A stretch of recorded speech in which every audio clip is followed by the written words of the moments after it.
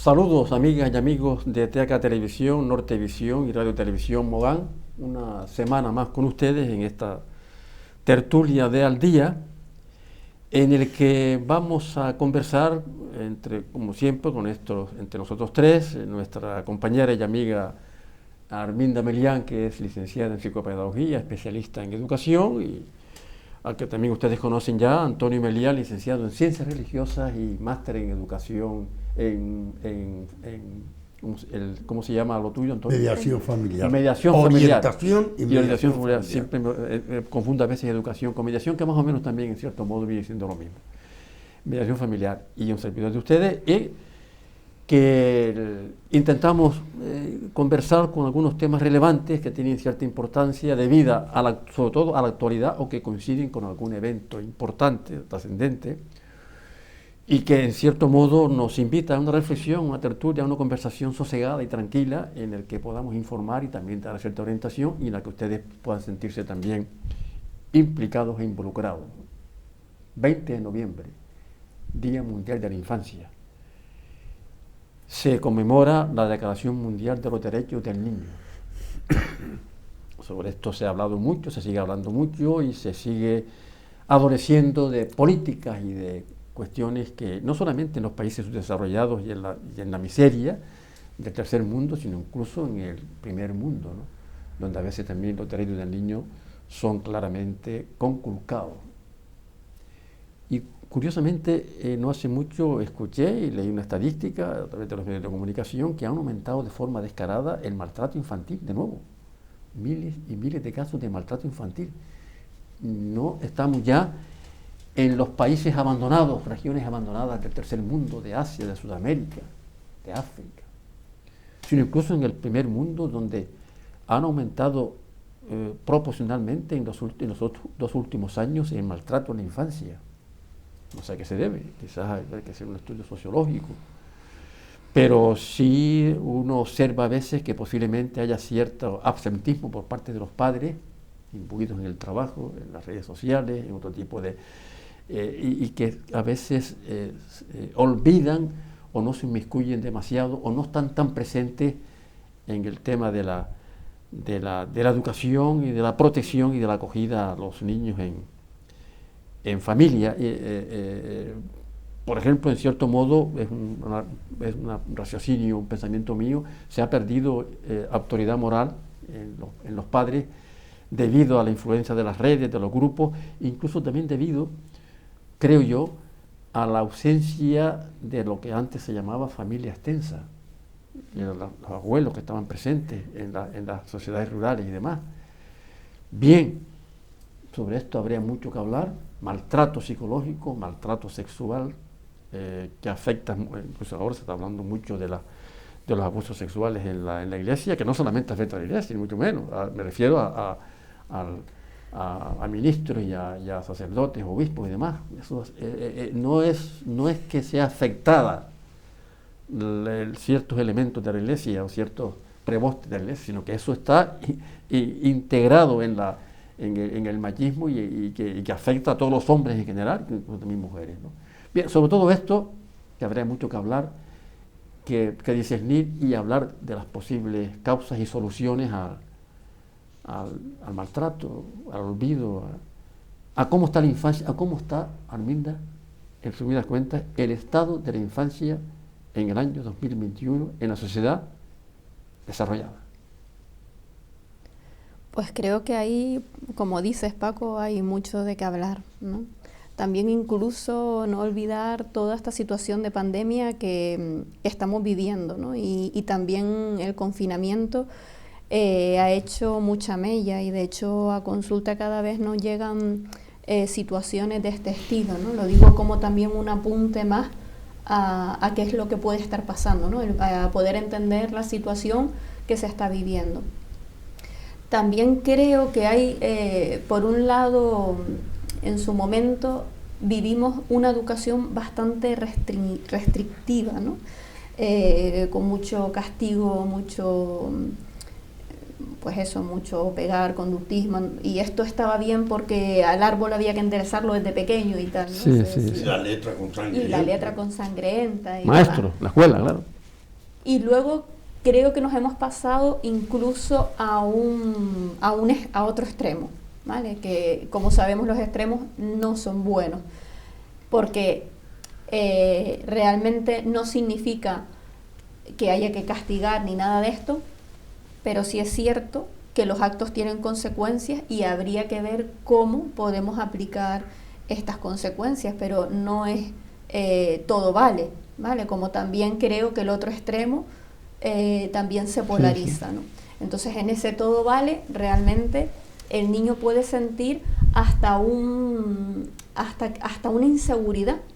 Bueno, estoy segura que lo que está sintiendo es eso, inseguridad, y que me sueltan y que no hay un adulto que esté autorregulado, que controle la situación, y entonces me toca regularla a mí. Eso da mucho miedo, y a veces el niño entonces coge el papel de adulto y hay un corrimiento de roles que ahí Antonio nos puede hablar mucho mejor de esa característica que yo, ¿no?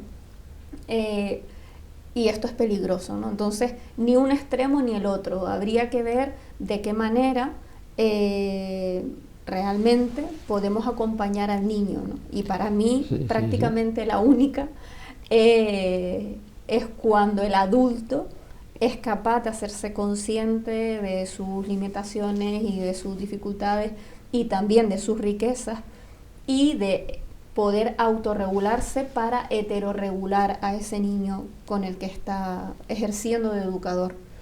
Sí, estamos hablando, Antonio, del estado mundial de la infancia en el siglo XX, en el siglo XXI ya, por supuesto, y en nuestra realidad social, económica, cultural, occidental. Pero, claro, ha habido cambios y han afectado a la familia. Pues claro, tú eres experto en el tema. El niño está incrustado, vive en familia, fundamentalmente recibe las primeras influencias, se desarrolla antes que nada en familia. Sí, pero a mí me gustaría no enmendar la palabra enmienda, Dios me libre,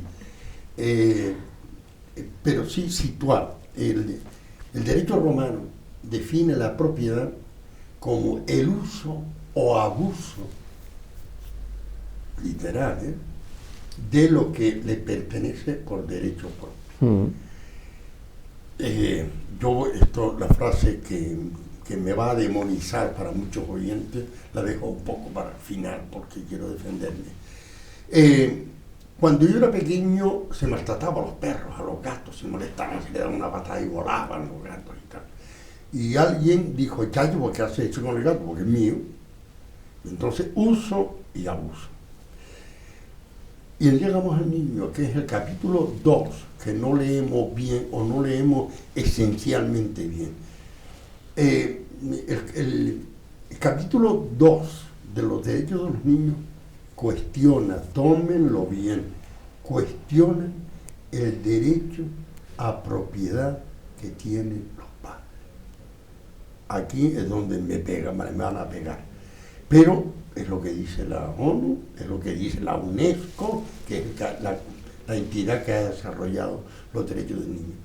Si a este niño, y intento ya responder a tu pregunta, si a este niño le ubicamos en un estatus, en el organigrama de la familia, de un niño ignorante, en fase de aprendizaje, sin capacidad de decisión, cualquier cosa que diga será cuestionada y se le parará el carro para que eso cuando sea mayor lo exponga, lo sepa expresar. Ahora has dicho una cosa que ni tú mismo entiendes. O sea, claro. Estamos, lo que Arminda terminó en su exposición, diciendo que el niño no está ubicado como personaje importante en la familia, sino como un aprendiz normalmente torpe, que no es torpe el niño, sino que la capacidad de paciencia que el adulto tiene es pobre, es pequeña, te enfada rápido cuando tienes que volver a repetir. Entonces, la cuestión de este tiempo es lo que Paco pregunta es, en una familia, sobre todo dijiste ampliada, claro, que no solamente entra el padre, la madre y los hermanos, sino el padre, la madre, los hermanos, los primos, los tíos, todo ese conjunto familiar que merodea en torno y toma decisiones con respecto al niño. O sea, cuando yo iba a comer casa de mi tía y ponía las manos, así, los codos encima de la mesa, y decía, no se ponen los codos encima de la mesa. ¿Entiendes? El pan se parte y se come, no te comas el pan de bocanada, ¿no? O sea, ellas también participan en la educación, los abuelos participamos en la educación de los niños, ¿no? Sí, de una manera o de otra. Sí. Me parece que se está regulando el sistema, es decir, donde se deposita en los padres para evitar la difulcación de autoridad. Es decir, los padres se sitúan su capacidad de decisión con respecto a qué han proyectado, con respecto a qué quieren hacer de ese niño. Claro. Que se te ha dado, que la naturaleza te lo ha dado, para que tú administres sobre ese niño, que no es de ninguna manera tu propiedad. El niño tiene capacidad propia para ir saliendo. Si esto lo desmontáramos serenamente, en vez de enfadarnos, cuando tú dices, es que mi niño, es que el niño es mío, es que cuando un niño, ¿entiendes? Sabemos lo que quieres decir, pero no te arrogues una propiedad, porque entonces tienes derecho al uso y al abuso de tu hijo. Cuidado con eso. Claro. Cuidado. Está bien que hayas apuntado esa, porque ese podría ser una de las causas, de las razones por las que hoy se está hablando, y es una noticia estadísticamente probada, difundida por los medios, del aumento del maltrato en la infancia. Hoy, cuando estaba olvidado, ya parece que se había superado, pero que está creciendo quizás el olvido del niño, y se está hablando, claro, de maltrato en las tres líneas: inhibición sobre sus derechos, inhibición sobre su educación, maltrato físico incluso, maltrato psicológico y hasta abusos sexuales. Y violencia sexual. Claro, violencia sexual, que está también incrustada en el mundo de la familia. Es difícil entender, pero sí puede haber explicaciones por las que, proporcionalmente hablando, haya aumentado este número de incidencias en la población europea, ¿no? Ya en los que están ya, digamos que prácticamente olvidados y condenados a países del tercer mundo, donde sigue la malaria, donde hasta no hace mucho escuché una cifra de unos 35 mil niños que mueren de hambre diariamente, ¿no? O como efecto de la superalimentación o de la mala alimentación, que en cierto modo también hay estudios y hay autores muy renombrados y muy fiables de que la cosa ha mejorado respecto, por supuesto, a siglos anteriores. Lógicamente, eso es así. No estamos en el sistema de Oliver Twist, de las obras clásicas de los grandes autores del siglo XVI, XVII, XVIII, de los ingleses, incluso españoles, ¿no?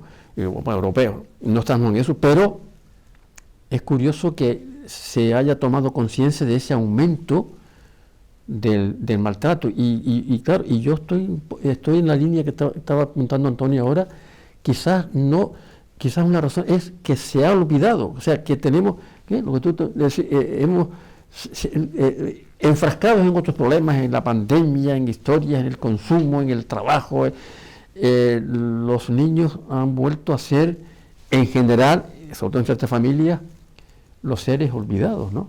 No hay presencia activa de los papás, de los abuelos y de los bisabuelos, porque no olvidemos de que ya hoy coinciden 4 generaciones.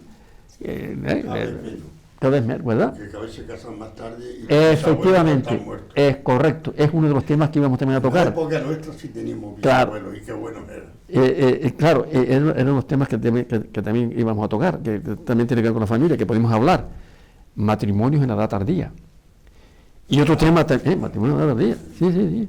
Ahora se están dando, nuevos matrimonios y primeros matrimonios, 35, 40 años. Y también otro tema que también podemos hablar de ellos dentro de este contexto, también cómo favorecen los niños a la felicidad de los padres. entramos en otro tema, no niños maltratados, sino padres maltratados. Pero vamos, todo está, y ustedes ustedes fundamentalmente son expertos en el tema por educación familiar y por mediación, todo está metido en familia, ¿no? ¿Hay alguna otra, podemos apuntar a otra razón? Tú has apuntado también la pandemia, quizás donde los niños están más aislados y los adolescentes. No olvidemos que los niños son niños no solamente de la primera infancia temprana, sino niños de primaria y niños de la adolescencia, ¿no? Niños, vamos a meter también, si les parece, los adolescentes, una edad tan importante donde todavía no está el sistema cerebral totalmente madurado. No hay una maduración de las células y de las diferentes partes del cerebro, que es lo que da una cierta autonomía para manejarse, para manejarse en la vida, ¿no? Sí, exactamente, ¿no? Yo creo que también tengo una hipótesis, vamos a decir, con respecto a todo esto que puede estar pasando, ¿no? Y es que estamos en esta era de la inmediatez, del bienestar, del correr y del que queremos estar bien y queremos quedar y tener una vida como la que tuvimos cuando no teníamos hijos y todas estas cosas. Y eso hace que realmente hay un momento en el que parece, entre comillas, que los hijos molesten. Y no significa que efectivamente no puedas continuar teniendo parte de esa vida que eres, ¿no? No solo eres mamá o papá, sino que también eres persona, ¿no? Y tienes las diferentes situaciones vitales. Pero creo que es importante tomar conciencia de que al ser papá, al ser mamá, tienes una serie de responsabilidades que no es a veces como al principio lo piensas, ¿no? Ay, qué ilusión, voy a tener un bebé y tal, y te acuerdas de cuando jugabas con las muñecas. No, implica muchísimo más, porque no es solo los cuidados físicos, estamos hablando ya de un trabajo educativo, de una necesidad de tener de acompañamiento psicológico de ese peque, y va a crearnos un montón de situaciones que a veces no van a ser fáciles de capear, y que eso va a depender pues de lo que hablábamos en el programa anterior, precisamente del juicio crítico y de la capacidad del adulto de poder autorregularse y de poder estar con ese pensamiento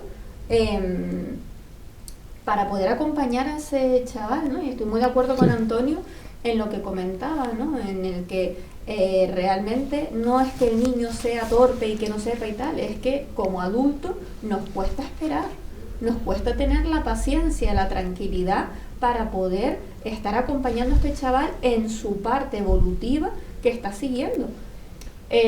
Porque creo que si esa tranquilidad como se tenía antes la tuviésemos, otro gallo nos cantaba, ¿no? Pero ahora es como, venga rápido y termina, porque quiero contestar este WhatsApp, o tengo que mandar este correo, o quiero, independientemente ya de que ya sus horas de trabajo, ¿no? Las horas de trabajo del papá, de la mamá y tal, han pasado, pero también es esto, ¿no? El teletrabajo. Al final te ves que ese teletrabajo no acaba, porque lo que no te ha dado tiempo de terminar, como ya ubicas el lugar de trabajo en casa, pues como no te ha dado tiempo de terminar por la mañana, pues lo terminas por la tarde, y entonces tienes unos niños un poco desangelados, vamos a decir, ¿no? Entonces vete tú haciendo las tareas, lo que yo termino de mandar este correo y tal, y al final ese niño y esa niña no sienten esa presencia o esa tranquilidad de papá y mamá, sino siempre un corre y venga, y ahora la ducha y ahora la cena y tal. Y es un poco, yo creo que lo que estamos viviendo en este tiempo, esta prisa, esta inmediatez, esto todo rápido, lo queremos ya. En cierto modo, Antonio, lo que tú apuntabas, propiedad, posiblemente se asocia o se puede estar también incorporando lo que es antes la mujer, propiedad del hombre. Es decir, familia, sí, a lo mejor que quiero decir, claro. Esto además hay que hacer un marco mayor. Una estructura familiar que duró siglos, muchos siglos, es la del pater familiae, ya que hablamos de latín, el padre de familia. Entonces la familia era una institución vertical, en forma de ángulo. Padre, madre, hermanos, por categoría, según edad. Que el canario, que es muy creativo, Antonio, perdona, como va a ser una exposición interesante y contundente, vamos a cortar un momento y nos vemos enseguida, seguimos con ustedes dentro de este pequeño intervalo. Ahora nos vemos.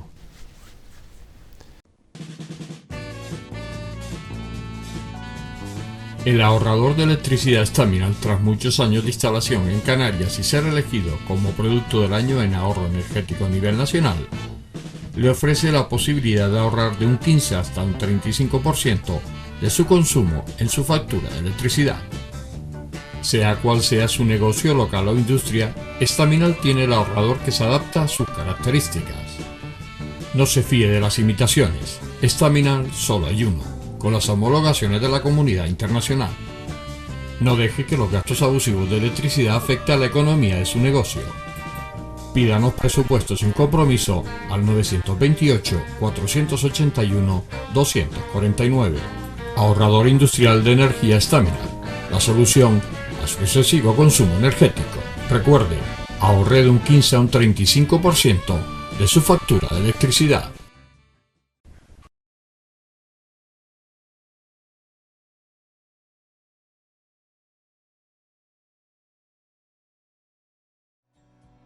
El ahorrador de electricidad Staminal es el único aparato del mercado comprobado que reduce el consumo de electricidad después de haberse instalado en miles de hogares en Canarias. No deje que su factura de electricidad afecte a su economía familiar. Staminal es autoinstalable y no consume electricidad. Staminal le garantiza una reducción de un 20 hasta un 35% de su recibo de luz. Diga basta al excesivo consumo de electricidad y llámenos ya al 928-481-249. Recuerde, puede ahorrar hasta un 35% de su factura de electricidad. Staminal, la seguridad del ahorro.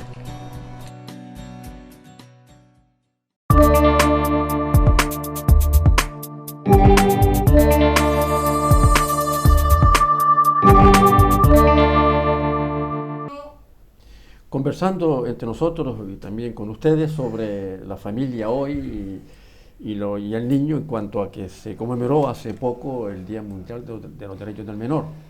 Y Antonio estaba apuntando una idea importante, que es los cambios en la estructura familiar secularmente a lo largo de los siglos. ¿Y en qué estado? Sí, efectivamente teníamos un solo modelo familiar, sí, de la época romana y quizás griega.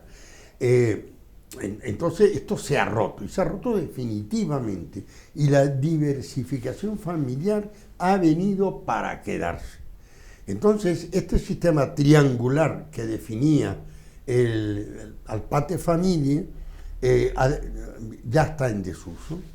¿Qué ocurre? Que los padres que fuimos educados ahí como niños, luego como jóvenes, luego cuando hicimos el proyecto matrimonial, donde la pirámide continuaba. Yo era el jefe, mi mujer estaba sometida a mí, pero también le daba facultades para que, una especie de delegaciones, para que educara a nuestros hijos, el mayor. Esto está escenificado en un canto, en una canción que se hacían en los almacenes del tomate, que era aquello de: mi padre manda a mi madre me manda a mí, y yo mando a mis hermanos porque primero nací.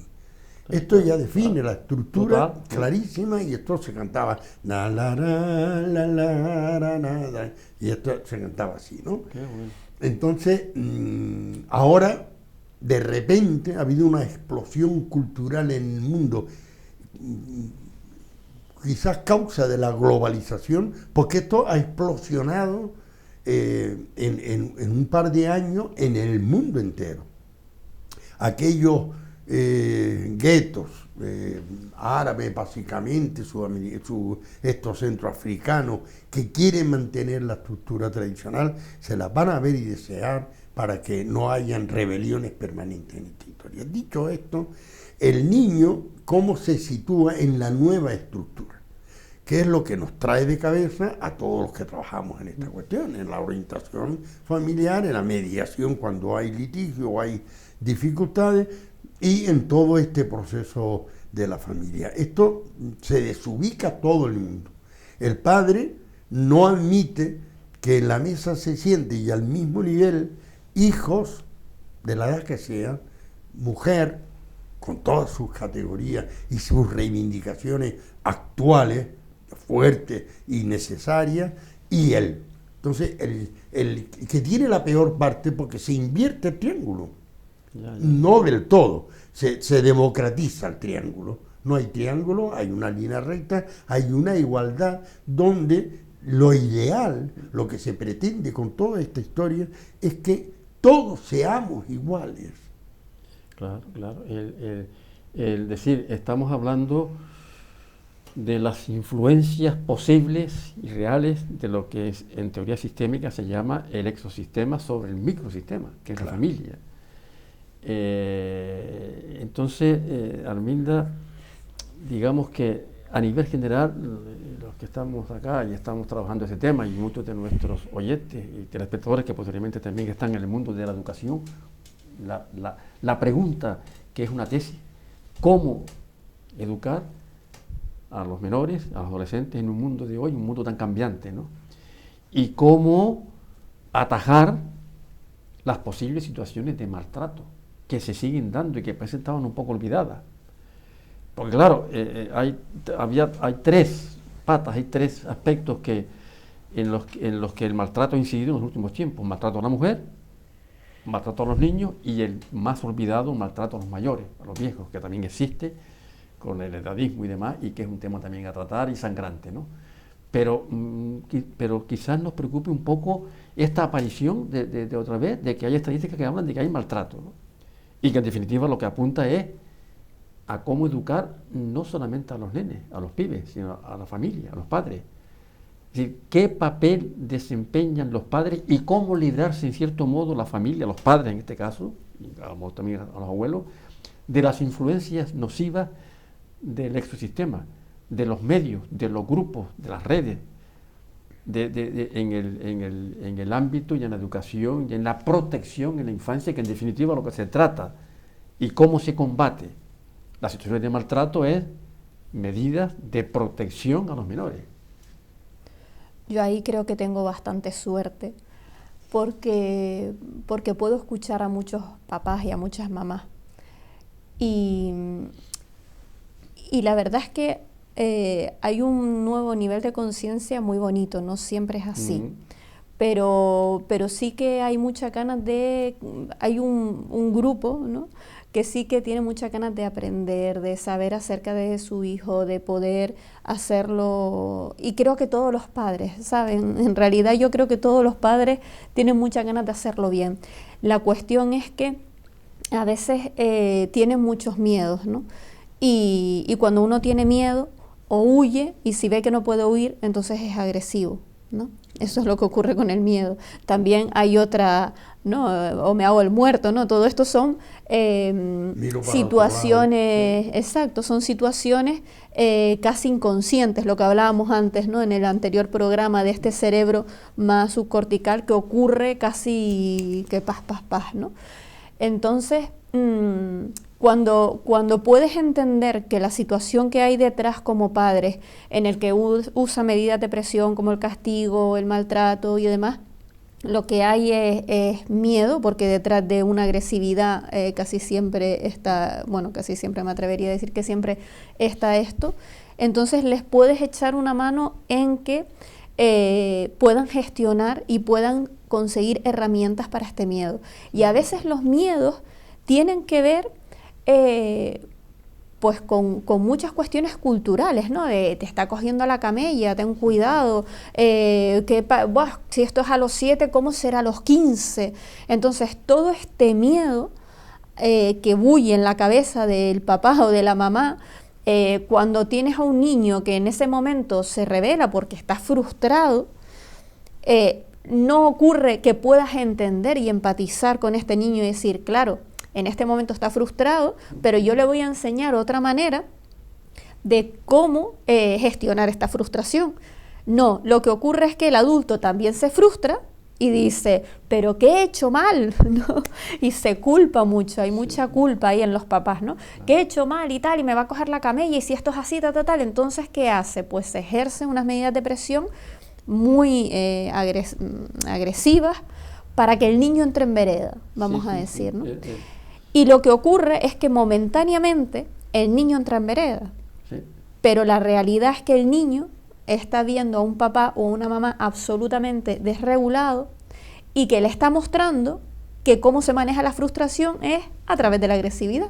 Entonces, fíjense qué paradójico es, ¿no? Porque el niño, qué paradójico es. El niño imita. Porque el niño imita, no es lo que me diga, sino lo que imito, ¿no? Es verdad que después tenemos momentos en el que hay pero se crea ahí una traumatización, ¿no? Realmente se crea un trauma o una situación en el que tú, y además fíjense en ustedes, porque a lo mejor en la infancia todos hemos tenido alguna situación parecida, en la que ahora cuando tú recuerdas, ni siquiera te acuerdas qué pasó exactamente, solo recuerdas que aquel adulto no te trató bien. Entonces eso es mucho más desangelador y mucho más, eso sí que da mucho miedo, y entonces el miedo va a buscar esta salida de huida o de agresión, o de hacerte el muerto, ¿no? Como a veces también se dice, o de ser súper agradable para querer agradar, ¿no? Y a eso son varias medidas que el ser humano, o estrategias que se usan. Muchísimo más que si se escucha a ese peque y se intenta entender que ahí hay una frustración y que efectivamente se le echa una mano en gestionar esa frustración de una manera muy diferente a la que pueda una hacer. Cosa importante que están apuntando, imita. Pero es que hasta no hace un tiempo, unos años, quizás hasta los años 70, imita a los padres.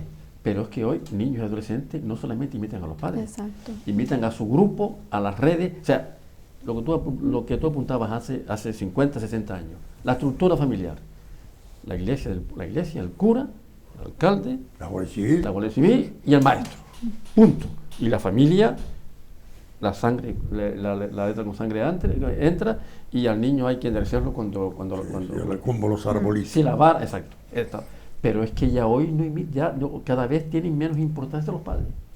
¿Verdad? Cada vez los padres dominan menos el control de sus hijos. Claro. Mi madre presumía, mi padre también decía, en el 80% de lo que hacen mis hijos yo me declaro responsable porque sé lo que hacen. El otro 10, 15, 20, pues ahí se me escapan, pues están con los amigos, no sé lo que hacen y tal. Cuando nos dedicábamos a meter tachas en un trozo de madera, las poníamos en una carretera de tierra, lo enterrábamos y pasaba un camión y se llevaba por delante las 6 ruedas que tenía el camión, plas, plas, plas, plas. Y nosotros atorradísimos porque en aquel momento la llave de rueda podía caer en nuestra cabeza y aplastarla, ¿no? Claro. Porque eso pertenecía al 20% y un poco más. Entonces, hoy entran en tu casa desde por la mañana, que a lo mejor te has acelerado proceso y en lo que mamá coge la llave del coche y se toma de pie un tentempié para llevarlo corriendo al colegio, ellos encienden la tele para ver un dibujito animado que además lo saben los realizadores y programadores y lo ponen ahí porque los niños pueden estar en ese momento, están copados totalmente.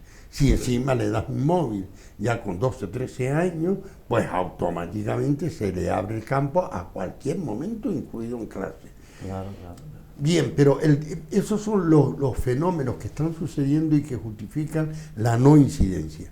Pero un niño que empieza a hablar, que está ya socializado, que yo, 8, 9, 10 años, que ya su pensamiento es unidireccional.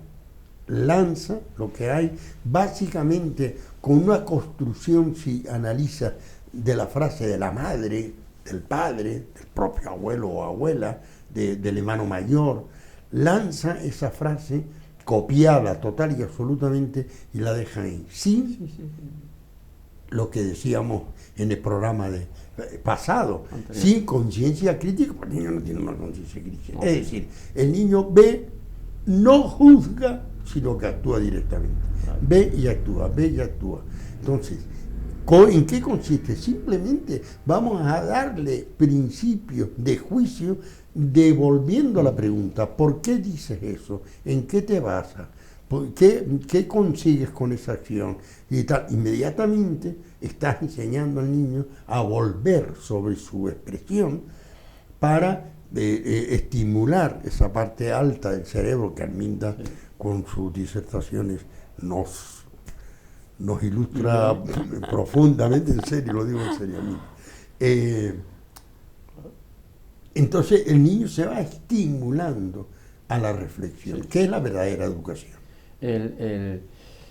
Bien, tema polémico, Arminda, tema polémico el siguiente. Voy a rescatar. Tema muy polémico y muy a discutir.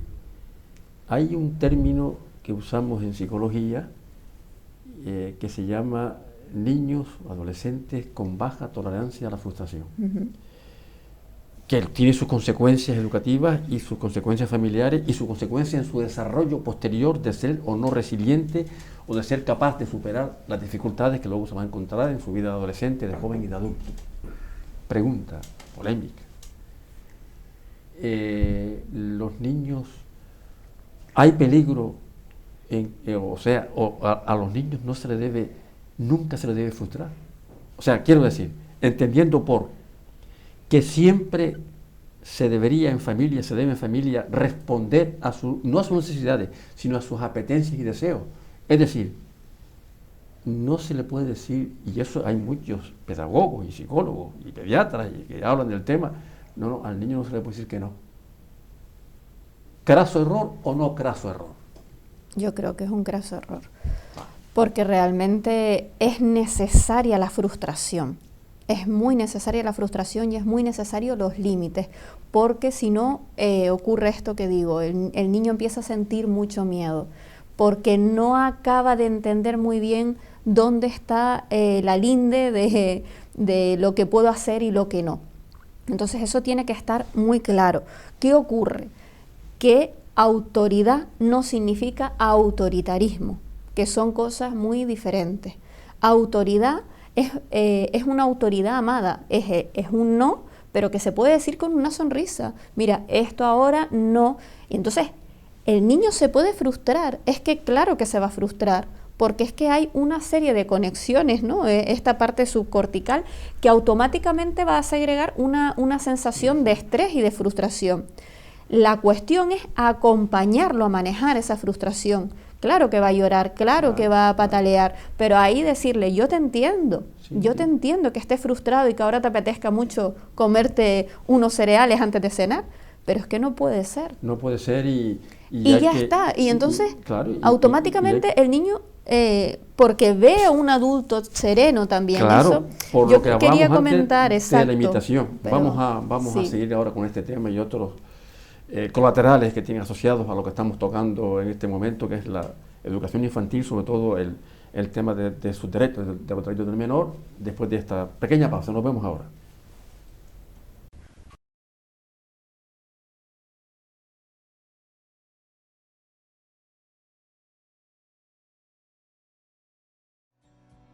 El ahorrador de electricidad estaminal es el único aparato del mercado comprobado que reduce el consumo de electricidad después de haberse instalado en miles de hogares en Canarias. No deje que su factura de electricidad afecte a su economía familiar.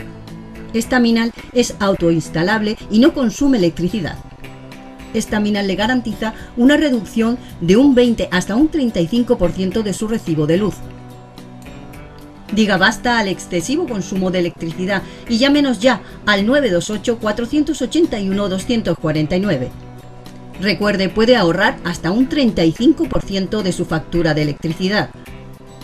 Estaminal, la seguridad del ahorro.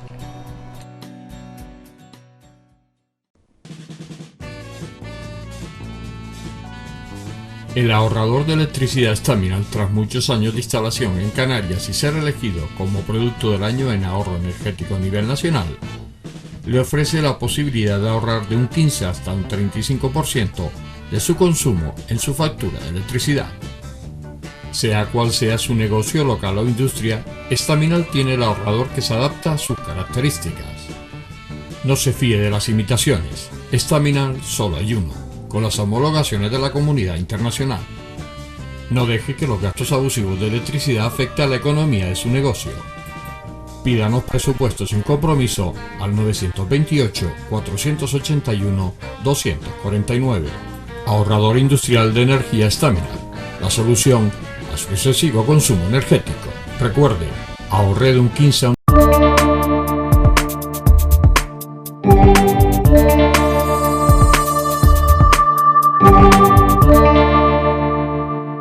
Bien. Estamos en plena polémica, discusión amable sobre diferentes puntos relacionados con la educación de los menores en familia y en la sociedad, en la escuela. Y es un tema que da para mucho, ¿no? Pero creo que no podemos olvidar o dejar de tocar al menos someramente una cuestión: los derechos del niño y los deberes de los adolescentes. O sea, lo que apuntábamos anteriormente, no se le puede frustrar.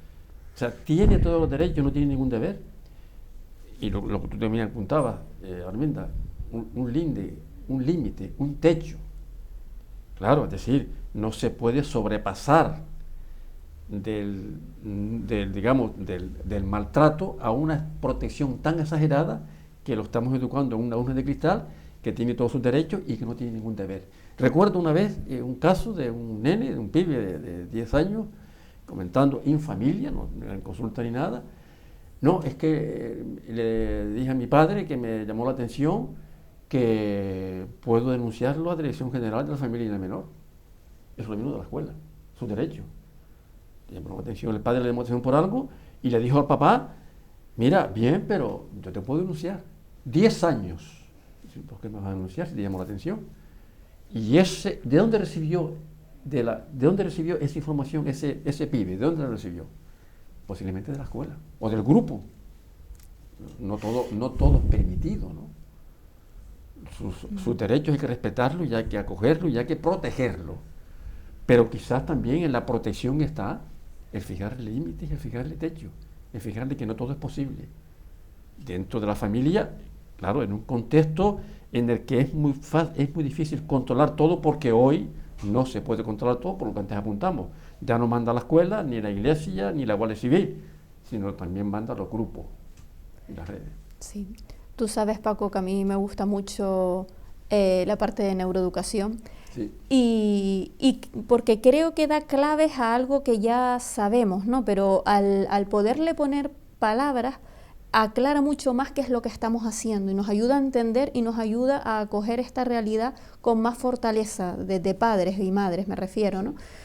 Y era lo que tú decías al principio del programa: hay estructuras cerebrales que todavía en la adolescencia no están del todo desarrolladas, ¿no? Toda esta parte prefrontal es la que se encarga precisamente del autocontrol, de la planificación, la organización, todo esto, ¿no?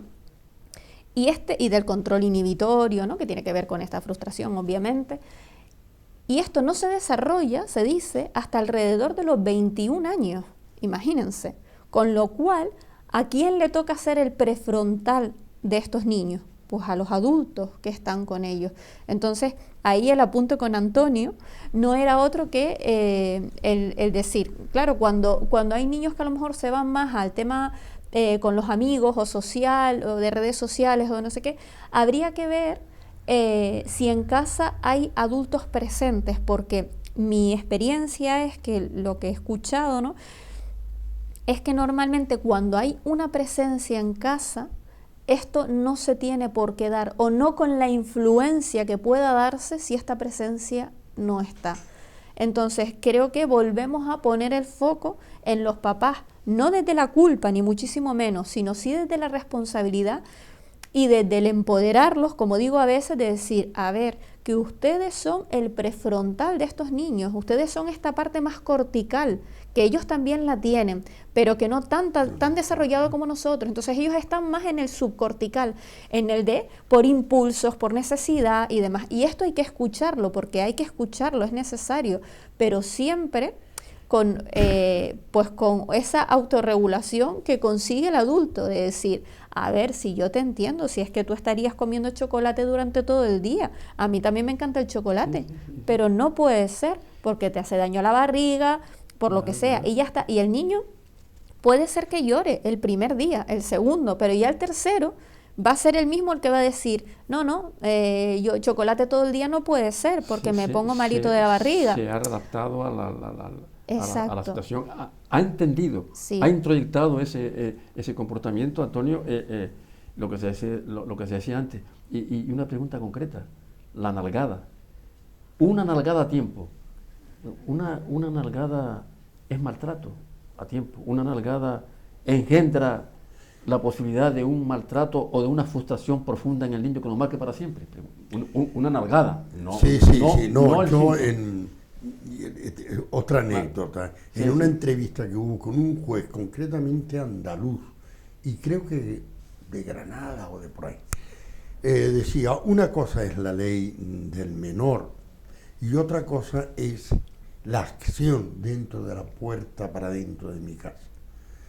¿Qué estuvo diciendo el juez con esa frase? Que no quiso clarificarla, porque si la clarifica entra en delito. Pues quiere decir que, oye, que las cuestiones hay que manejarlas, ¿no? El problema estriba, y Arminda tocó el tema, en esa frustración y en esa pérdida de dominio al perder la autoridad máxima, incuestionable, indiscutible y nunca replicable. Claro. Porque sería sancionado ipso facto con un cachetón o una nalgada, elija la que prefiera. Claro. Entonces, caramba, hasta los 21 años, hace unos cuantos años, el niño no era dueño de sus actos, respondían los padres por esta base del prefrontal y esta fase de una persona ya educada en criterio que va de alguna manera vinculando. ¿Qué ocurre?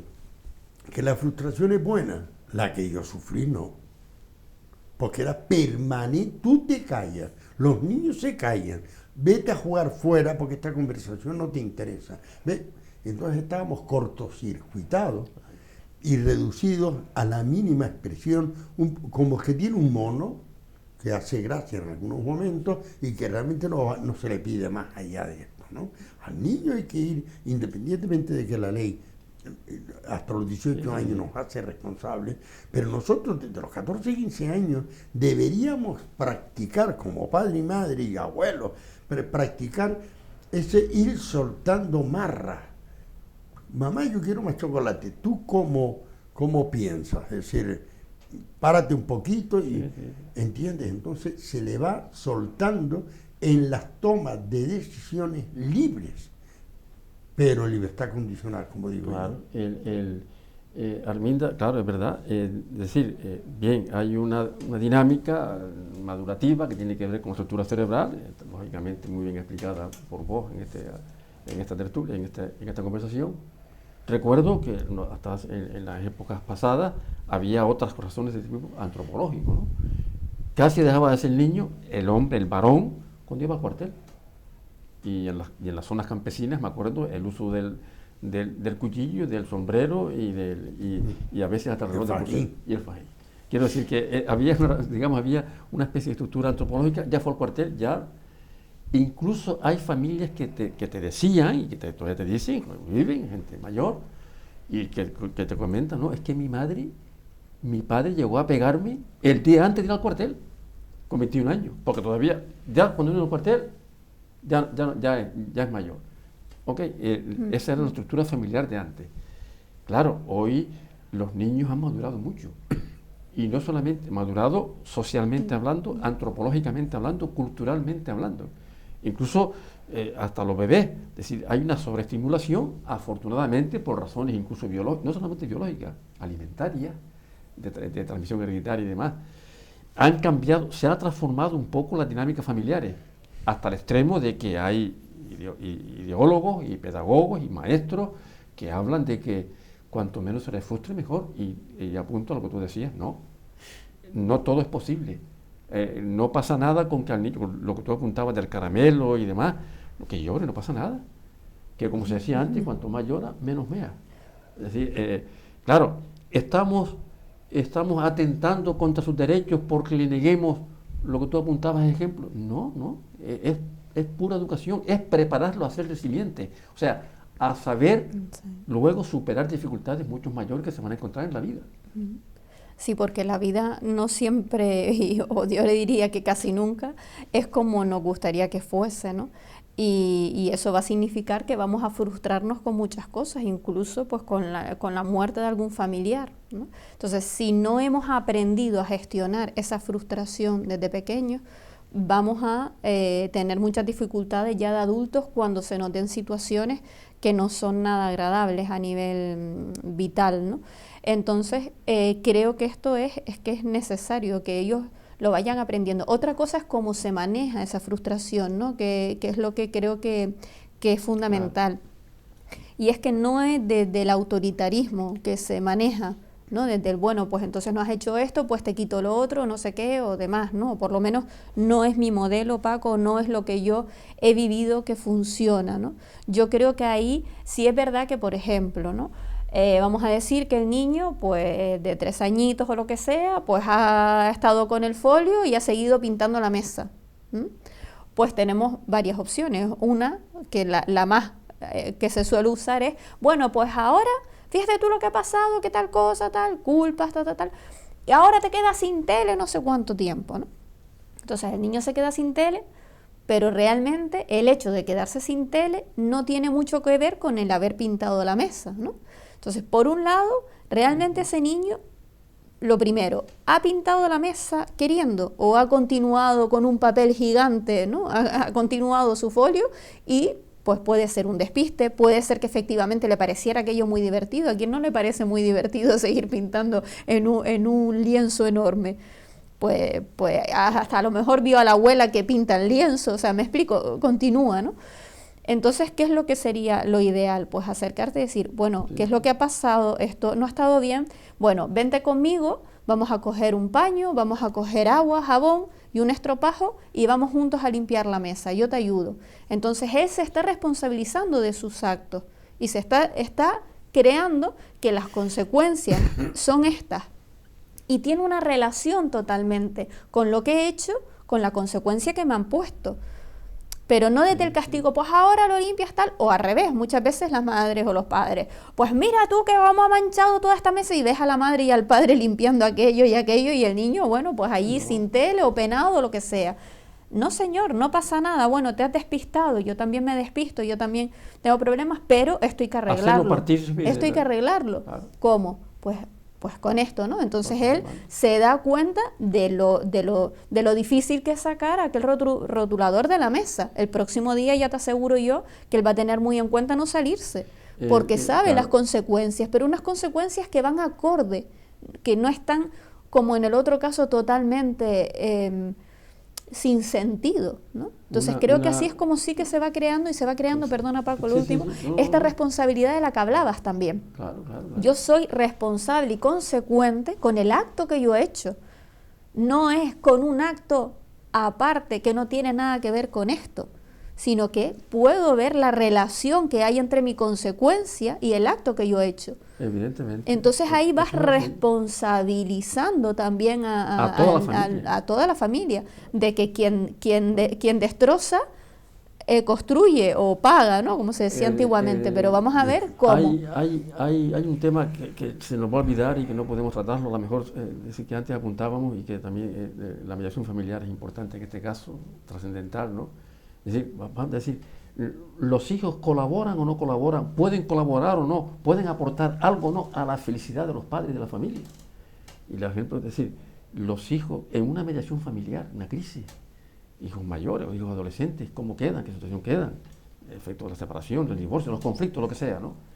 Pero le damos algún papel, algún rol a los hijos a la hora de que de participar, de colaborar, de proporcionar también bienestar a la familia en cuanto a la querencia, en cuanto a obligaciones, en cuanto a deberes, porque a veces quizás sea también una de las causas, una de los factores de posible maltrato, o de abandono.